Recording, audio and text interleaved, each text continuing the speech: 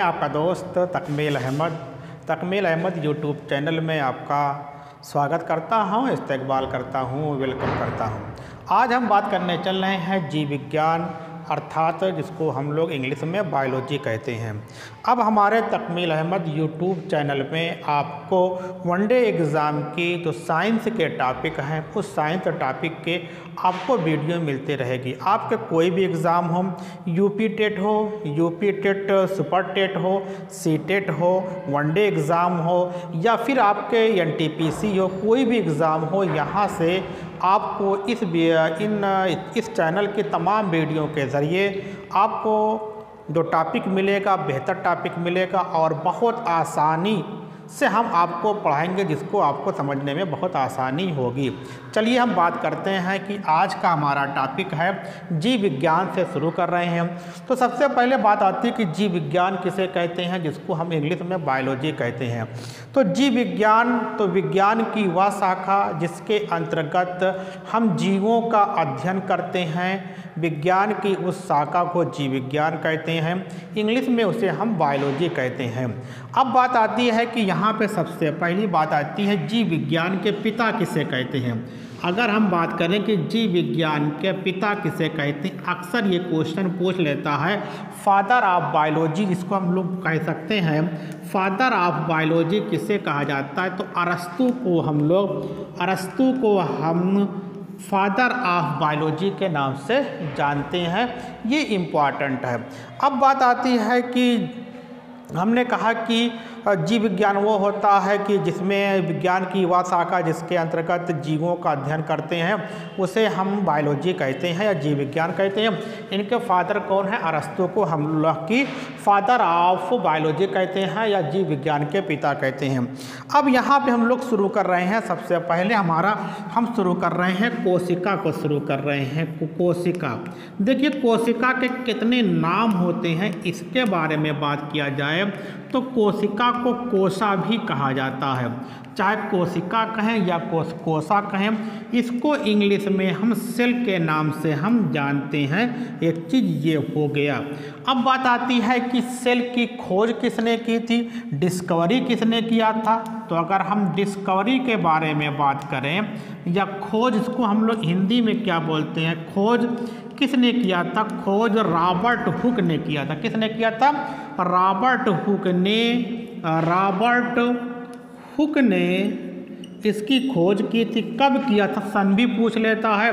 1665 में Robert Hooke ने कोशिका की खोज की थी। अब बात आती है कोशिका की खोज इन्होंने कहाँ पर किया था? तो कार्क पे किया था। कार्क क्या होता है? जिसको हम लोग लकड़ी भी कहते हैं। लकड़ी पे इन्होंने क्या किया था कि कोशिका की खोज की थी। कैसे किया था?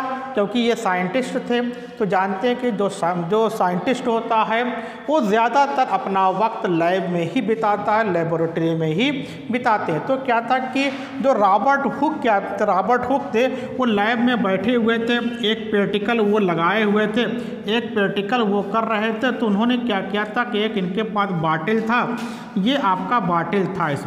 इसमें इन्होंने क्या लगाए थे? कार्क लगाए थे। और ये कार्क वहाँ पे जिसको हम लोग क्या बोलते हैं कि इसमें एक लकड़ी का कार्क लगाया गया था और इसमें कोई कंपाउंड था, कोई यौगिक था, कोई कंपाउंड इसमें भरा हुआ था। अब ये कंपाउंड जो भरा हुआ था, फिर उन्होंने देखा कि उन्होंने अचानक देखा कि जो यहाँ पे कार्क है उनको लगा कि कार्क में कोई बदलाव हुआ है। तो उन्होंने क्या किया, कार्क को जो बाटिल था कार्क को बाहर निकाल लिया।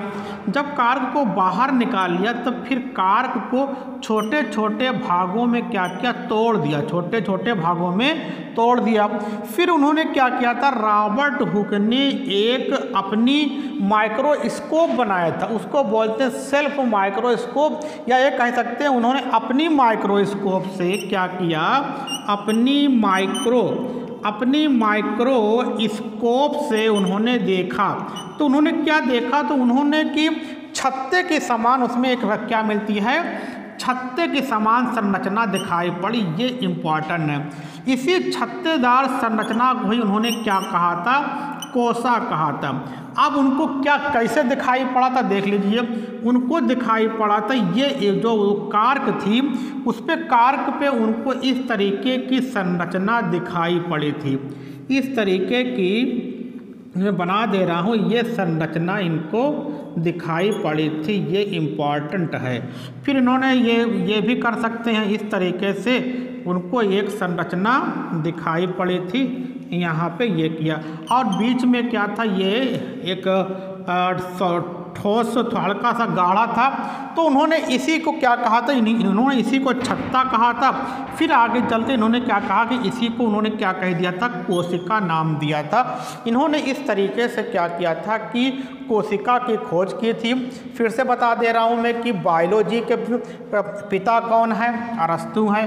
कोशिका की खोज क्या, कोशिका को कोसा भी कहते हैं, सेल भी कहते हैं। इसकी डिस्कवरी खोज कब हुई थी, रॉबर्ट हुक ने किया था 1665 ईस्वी में किया था। कार्क के किया था, जिसको हम लोग लकड़ी कहते हैं। कैसे किया था, लैब में बैठे हुए थे, उनका उन्होंने एक प्रैक्टिकल कर रहे थे। उन्होंने देखा कि जो बाटल लगाया है, जो लकड़ी कार्क लगाई गई है, उस पर कुछ उनको स्ट्रक्चर में चेंजिंग दिखाई पड़ी। उसको छोटे छोटे भागों में तोड़ा। उनकी जो फिर क्या था कि उन्होंने अपने माइक्रोस्कोप से देखा तो उनको ये संरचना दिखाई पड़ी। उन्होंने इसे ही क्या कहा था, कोशिका का नाम दिया था। इस तरीके से रॉबर्ट हुक ने कोशिका की खोज की थी। अब बात आती है कि ये कोशिका हो गई। कोई भी इसमें क्या होता, चाहे एक कोशिकीय जीव हो या बहुकोशिकीय जीव हो। जैसे एक कोशिकीय में अमीबा आएगा, पैरामीशियम आएगा, बहुकोशिकीय मानव आएंगे, प्लांट आएंगे। तो बात आती है कि अब जो कोशिका होती है, कोशिका की बाह्य संरचना, ये इम्पॉर्टेंट है। कोशिका की बाह्य संरचना किसने दी, बाह्य संरचना किसने दिया था, ये इम्पॉर्टेंट है। तो रॉबर्ट हुक ने दिया था, ये आपको याद करना है, ये बहुत इम्पॉर्टेंट है। अब बात आती है कि कोशिका की आंतरिक संरचना किसने दिया था। कोशिका की आंतरिक संरचना, कोशिका की ये बाह्य, यहाँ मैं लिख दे रहा हूँ बाह्य संरचना है, ये इम्पॉर्टेंट है। कोशिका की आंतरिक संरचना किसने दिया था, आंतरिक संरचना आपको ये भी याद करना है, ल्यूनहॉक ने दिया था, ल्यूनहॉक ने दिया था, इम्पॉर्टेंट है ये। इतनी चीज़ें आपको समझना। एक क्या होता है, सबसे इम्पॉर्टेंट जो क्वेश्चन आता है, मैं यहाँ पे स्टार बना दे रहा हूँ कि कोशिका सिद्धांत।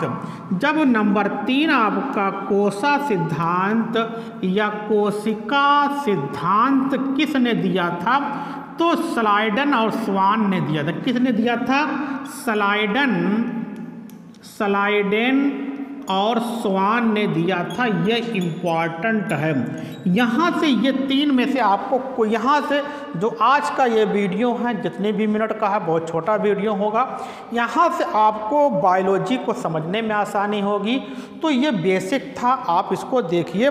यहाँ से क्वेश्चन आपको मिलते, कोई भी एग्ज़ाम हो, वनडे एग्ज़ाम हो या हायर एग्ज़ाम हो, तो कोई सेल से, कोशिका से क्वेश्चन आते हैं। इसको आप अब मेरे ख्याल से आपको ये समझ में आया होगा। इस तरीके से मैं बायोलॉजी आपकी कवर करूँगा, बायो के साथ साथ मैं रसायन विज्ञान भी आपको कवर करूँगा और बहुत आसानी से आपको पढ़ाने की कोशिश करूँगा। आप हमारे चैनल को प्रमोट करिए। जिन लोगों ने अभी तक हमारे चैनल को सब्सक्राइब नहीं किया, प्लीज़ सब्सक्राइब कर दें और बेल आइकन को भी प्रेस कर दें। अब आपके लिए वनडे एग्ज़ाम साइंस के लिहाज से बहुत आसान होगा। तो बायोलॉजी आज का टॉपिक कैसा लगा, हमें बहुत हमें कमेंट करके बताइएगा, जिससे हम उसको और बेहतर कर सकें और अच्छा टॉपिक आपको दे सकें। ओके, थैंक, फिर मिलते हैं बायोलॉजी के नए टॉपिक के साथ।